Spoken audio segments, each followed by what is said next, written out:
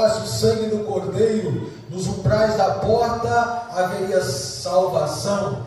Então há uma porta de salvação aqui também, já naquela época. E nós observamos ainda que esta porta de salvação, ela aparece na história enquanto Abraão, ele intercedia pela cidade de Sodoma e Gomorra. Diz que o anjo veio para salvar Ló e a sua família. Quando os anjos chegaram, ele estava diante da porta, Ló sentado. Eles entraram até a casa de Ló, Ló abriu as portas e eles chamaram a eles para que fugisse daquela cidade, porque ela seria destruída. Escapa-te, teve que pegar na mão dos dois da família e levar para fora da cidade, para que eles escapassem com vida. Há uma porta de salvação, meus queridos irmãos, no Antigo Testamento, em várias partes da Bíblia. Você vai observar e vai ver aquela mulher, lembra de Raabe? Os espiões chegaram ali em Jericó e falaram para Raabe e disseram para ela: nós vamos voltar, tu coloca este fio escalate sobre a porta, sobre a janela. Quando nós virmos, a tua casa não vai ser atingida. Nós vamos, mas nós voltaremos. O Deus de Israel vai nos dar vitória. Jericó será tomada. Mas se tu não colocares, se tu não ficares em tua casa, ele deixa bem claro que se ela obedecer, ela vai ser salva. Mas se não obedecer, logo observamos que ela não seria salva. Há uma porta de salvação e ela não era judia. Raabe não era judia. Então, tanto para os judeus de antigamente, havia uma porta aberta de salvação. E tanto para os gentios também, já na antiga aliança, também havia portas de salvação aberta. Isso nós podemos ver na história de Naamã. Ele era um sírio, ele não era judeu. Mas quando ele foi atrás da bênção, da cura, aquela menina que estava na sua casa diz: tomara que o meu Senhor estivesse diante do profeta que está em Israel. Ele o curaria. E sai Naamã e vai até ele, e ele recebe não apenas a cura física, como também a cura espiritual. Ele é salvo. Ele diz que quando chegar na sua terra, já não vai mais adorar outros deuses, mas vai adorar ao Deus de Israel. Quando Jesus chega em Lucas e abre, no primeiro, quando ele abre as escrituras, a Torá, e vai falar sobre isso, ele foi expulso da sinagoga. Ele diz que nos tempos de Elias não houve outro que fosse curado senão Naamã, o sírio. E isso diz para os judeus, naquela sinagoga, eles estavam dizendo: um sírio, o homem que não é judeu naquela época. Pois é, o Senhor fez mérito e fez uma observância no próprio Naamã. Ele era um sírio e recebeu também a cura e a salvação da alma. Mas eu acho interessante, irmãos, que essa porta, ela aqui diz que diante de ti pus uma porta aberta, ninguém a pode fechar. E quando eu estava observando esse texto, meditando em casa, eu observei algo interessante, irmãos, porque às vezes até o próprio cristão quer fechar essa porta. E às vezes, diante das dificuldades da vida, o próprio cristão diz: eu já não aguento mais, vou desistir, vou parar, desestimulado, desanimado. E às vezes quer parar. E eu aprendo, irmãos, que às vezes até o próprio cristão, quando quer parar na caminhada, quando quer desistir, quando nega Jesus, Jesus dá aquele olhar para ele. Jesus olha para ele e ele vai olhar e vai dizer: eu não posso desistir, eu não posso parar. Glória a Jesus. Quando as escrituras diz: olhais para mim todos os termos da terra e sereis salvos, Jesus está dizendo: há uma porta aberta de salvação. Ora, crente, se tu fosse escolhido, se tu fosse ungido pelo Senhor, ainda que tu queira retroceder, voltar, parar, o Senhor essa noite diz: é tarde, você já recebeu a revelação, louvado seja Deus, daqui para frente é Canaã na tua vida. Ainda que tu passe por aflição, dificuldade, queira desistir, o Senhor diz: a porta que eu abri para ti, ninguém pode fechar, nem tu vai conseguir fechar ela. Aleluia. Deus olhou para Pedro, não sei se tu está querendo fechar essa porta, mas eu quero dizer para tu, Pedro, que tu não vai fechar, porque eu te prometi algo e tu não vai poder voltar. Tenho promessa na tua vida, fiz promessas para ti, e são promessas, irmãos, que não é uma promessa que nós precisamos olhar e dizer, eu vou voltar, não. O que Deus prometeu para nós é coisas grandes. Quando você medita, quando você reflete, quando você imagina e olha para o mundo como está e vê essa revelação de Deus, aí você diz, eu não posso parar. Ainda que os desejos venham na mente, na alma, mas eu não posso parar. Eu tenho que prosseguir, continuar a avançar, porque grandes coisas Deus tem para nós. Aí a parte B do versículo, a parte A diz, eu sei as tuas obras, que diante de ti pus uma porta aberta, ninguém a pode fechar, tendo pouca força, a parte A vai dizer B, tendo pouca força, guardaste a minha palavra, e não negaste o meu, pouca força. Essa igreja de Filadélfia, não era uma igreja forte como nós estamos vendo, mas era uma igreja que se esforçava.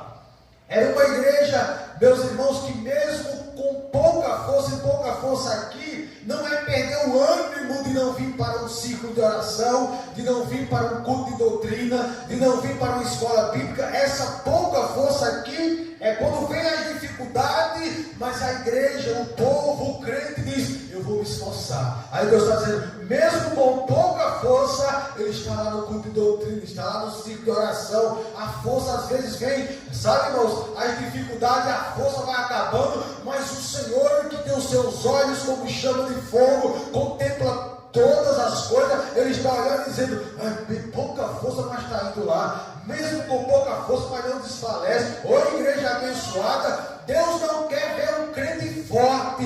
Deus quer ver um crente que se sente com pouca força, mas diz, mas eu estou lá, eu vou para a igreja, eu vou adorar. É dificuldade em casa, é marido que não é crente, é bebendo, é brigando, louvando a Deus, os filhos passando, fazendo raiva, mas a igreja de Filadélfia, os crentes de Filadélfia, mesmo na pouca força, eles, eu vou adorar a Deus, eu vou buscar o santo de Israel. Ela não para, crente, ela não para, porque ela foi chamada e ungida por Deus. Somos crentes de Filadélfia, é tanta luta, tanta dificuldade, é os vizinhos depois, a mulher que o marido não é crente, esposo que a mulher não é crente, tanta tribulação, mas ele está lá, mas ela está lá, é crente de Filadélfia. Não é a dificuldade que vai fazer parar a igreja, crente. Agora existe aquele crente, aí irmão, eu estou fraco, você até é desviado. Eu vinha falando, crente que passa 3 meses sem vir para a ceia do Senhor. Não aqui, eu estou falando aqui não, viu, irmão? Aqui é uma bênção, aqui eu estou na bênção, glória a Deus. Mas eu já passei por igreja de crente que passa 3 meses sem ceiar, e quando você fez uma reunião e falou sobre o assunto, Jesus, quase que partiam para me bater. Glória a Deus. Tiveram que segurar o marido fora da igreja. E ele, eu vou. Não vá não, eu vou, pé. Esse não é crente de Filadélfia, não. Esse não é fraco. Não, ele não tem pouca força. Isso aí já está em nós, longe do Senhor. Glória a Jesus. E eu lá, Jesus, segura.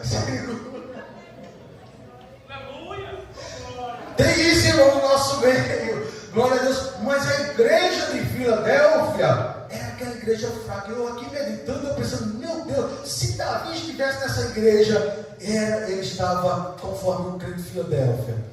Quando o profeta Natan chegou e fez aquela parábola e disse que o rei Davi disse, este homem merece ser morto. Aí o profeta disse, é digno de morte. Aí Davi disse, esse homem é você.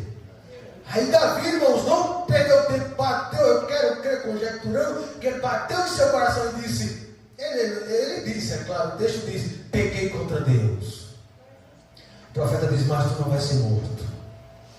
Em outras palavras, Davi estava dizendo: eu estou com pouca força, mas eu não vou parar, eu não vou desfalecer. É chorando no deserto, é com pano na cabeça, terra quente, chorando, expulso de Jerusalém. Mas ele ainda diz: assim como a corça anseia por água, a minha alma tem sede de Deus. Louvado seja Deus. Crente em Filadélfia, nas dificuldades da vida, ele tem sede de Deus, ele não para, ele não desfalece, ele tem desejo de estar nos átrios do Senhor. Louvado seja o nome do Senhor para sempre. Meus queridos irmãos, há pouca força e não negar o nome do Senhor. Observe Daniel, em não negar o nome do Senhor, ele tinha tudo para negar. Longe de Jerusalém, longe dos seus familiares, em uma cultura pagã, foi preso, foi levado. E ele poderia dizer: eu não vou mais servir a este Deus, e negar o nome do Senhor.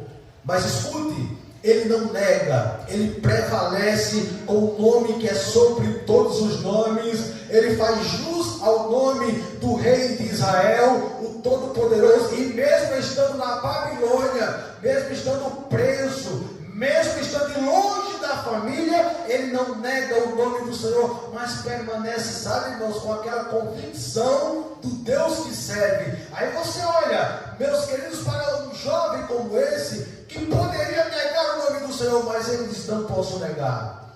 Aí você olha ainda para um homem chamado Abraão, que Deus disse: pega o teu filho, vai sacrificá-lo. E quando diz que ele está com cutelo, queridos, para sacrificar o seu filho, eu acho lindo esse texto, quando a palavra do Senhor deixa essa clareza no nosso coração, meus queridos. Ele deixa algo esclarecedor, que ele diz assim: então disse: não estenda a tua mão sobre o moço e não lhe faça nada, porquanto agora sei que temeis a Deus e não negaste o teu filho. Sabe, Abraão era aquele homem que não negava o nome do Senhor. Se Deus pedisse o próprio filho, aí Abraão disse: eu não nego ele a Deus. Eu sei, ele sabia, irmão, sua fé era tão grande que ele sabia que Deus poderia dar outro filho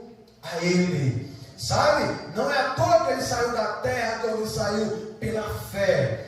Então eu aqui aprendo que Abraão, ele deu o próprio filho e não negou o pedido do nosso Senhor e Salvador Jesus Cristo. Você olha nas Escrituras, você vê pessoas que negaram ao Senhor por coisas simples e pequenas, e nos nossos dias tem essas pessoas. Mas você olha pessoas que foram presas, como Paulo.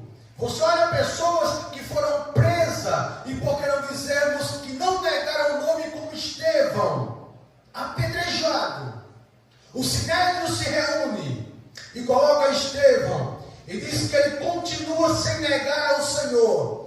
E ele começa a pregar a palavra, ele começa a esclarecer para os judeus, mas eles não aceitam. Então ele agora vai ser apedrejado, arrastado para fora e apedrejado, mas ele não nega o nome do Senhor. Queridos, nós vivemos uma época que tem pessoas que estão negando o nome do Senhor com coisas simples, coisas pequenas, coisas baratas.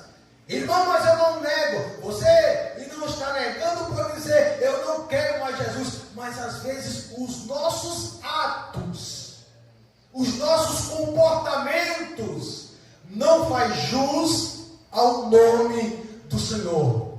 E passamos a negar o nosso Deus. E passamos a negar ao nosso Senhor. Isso nós podemos dizer que Estevão não era este homem. Mesmo diante das pedradas, mas ele diz: o Senhor, eu vejo o Senhor, vejo o céu aberto, e o Filho de Deus à destra, o Senhor à destra do Pai, à direita do Pai. Sabe por quê, queridos? Porque quem é fiel a este nome e não nega, Deus mostra coisas grandes. Às vezes nós vivemos uma época que não temos revelações mais, já não temos mais profecias como antes, já não temos mais cura como antes, porque às vezes, irmão, não suportamos e passamos a negar este nome. Negamos com atos, negamos com palavras, negamos com comportamento, mas Estevão diz: escute, pode apedrejar, pode matar, pode levar para fora, mas o nome do Senhor eu não nego, estou disposto a ir com Ele até o fim da minha jornada. Muitos têm negado ao Senhor por coisas simples, mas o Senhor nos diz esta noite: não negue não, crente. Seja crente em Filadélfia. Há pouca força pode vir na tua vida, mas o Senhor se agradou nessa igreja. E o crente que é forte, tenha cuidado. E o crente que se acha forte, tenha cuidado.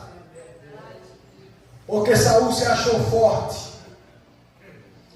E quando veio as aflições da sua vida, ele não foi aquele homem que fez jus ao Deus de Israel. Negou o nome do Senhor. E quando, eu acho isso lindo, irmão, porque Davi era aquele homem que representava um homem de pouca força, porque aqui fala de alguém que tem um coração contrito. Enquanto Saul se justificava,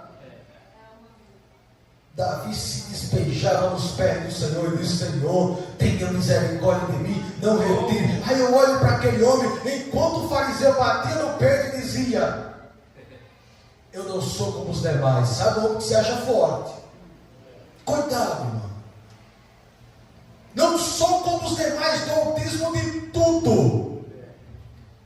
Coitado do publicano, não olhava para cima, olhava para baixo, batia no peito e dizia: Senhor, tenha misericórdia de mim, pobre pecador. Você olhou para os discípulos e disse: qual deles será o mais justificado? É esse que bate no peito ou aquele que diz: sou fraco, tenha misericórdia de mim, me ajude? Louvado seja Deus. Deus está procurando um crente que mesmo na sua pouca força não negue o nome do Senhor.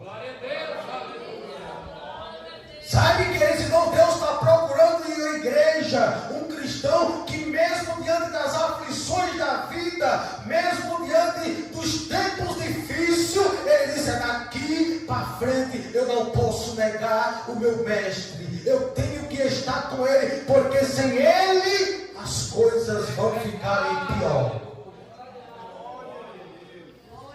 Estevão não negou, Paulo de Tarso não negou, ele tinha tudo para negar. Frio,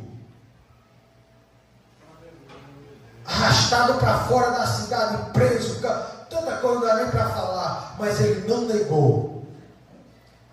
Aí você olha para pessoas como Pedro e João preso, chicoteada, maltrato. Sabe, queridos irmãos, e quantas vezes, mas quando ele saía para fora da cadeia, eles saíam alegres, porque sabiam que a chicotada que levaram, eles entendiam, queridos irmãos, que era por defesa do nome do Senhor. Então eles saíam alegres, rindo, porque assim como Cristo sofreu, eles entenderam que eles também sofreram. Porque Jesus havia dito: no mundo tereis aflições, tenha de bom ânimo, eu venci. Aí vemos uma época que muitos não querem passar por aflições. Muitos não querem. Eu digo para os irmãos, tem pessoas que entram em depressão porque não estão preparadas para os tempos maus, para os dias maus. E aí, queridos irmãos, nós precisamos atentar para a Bíblia e para as Escrituras. João, apóstolo do Senhor, preso, não uma nem duas vezes, mas diante das aflições, eles saíam alegres e dizendo: o nome do Senhor, louvado seja Deus, nós não negaremos, não. E você vai olhar para este homem na ilha de Pátimo. Ele foi preso, foi colocado naquela ilha. E os irmãos vão observar e vão ver algo de tamanha importância para nós refletirmos, que João tinha tudo para negar o nome do Senhor. Mas ele não negou, ele está na ilha de Pátimo. E o que é que Deus está dando para ele, irmãos, na ilha de Pátimo? Revelação da palavra de Deus. Ele está vendo, sabe, irmãos, o Senhor dos exércitos. E alguns ainda dizer, quem é digno de desatar os 7 selos? E João disse, caiu sobre os pés e começou a chorar. Louvado seja Deus, viu revelação dos céus, viu coisas grandes, inefáveis, como Paulo tinha dito, que Paulo não foi digno de falar, mas João falou, porque para Paulo, Deus disse, não Paulo, mas para João, o Senhor disse, revele, mostre, escreva, fale para eles o que você tem visto, fale para eles da grandeza, João, o que você tem visto, louvado seja Deus, ele teve revelação do Senhor. Eu pergunto para os irmãos, se João na ilha de Patmos tivesse negado o nome do Senhor, Deus tinha dado a ele revelação? Não. Mas eu aqui aprendo, irmãos, que quanto mais você sofre, quanto mais você passa por aflição, mais revelações Deus te dá. Lembra do louvor? Os mais belos hinos e poesias, eles foram escritos em que, irmãos? E do céu mais lindo as melodias se ouviram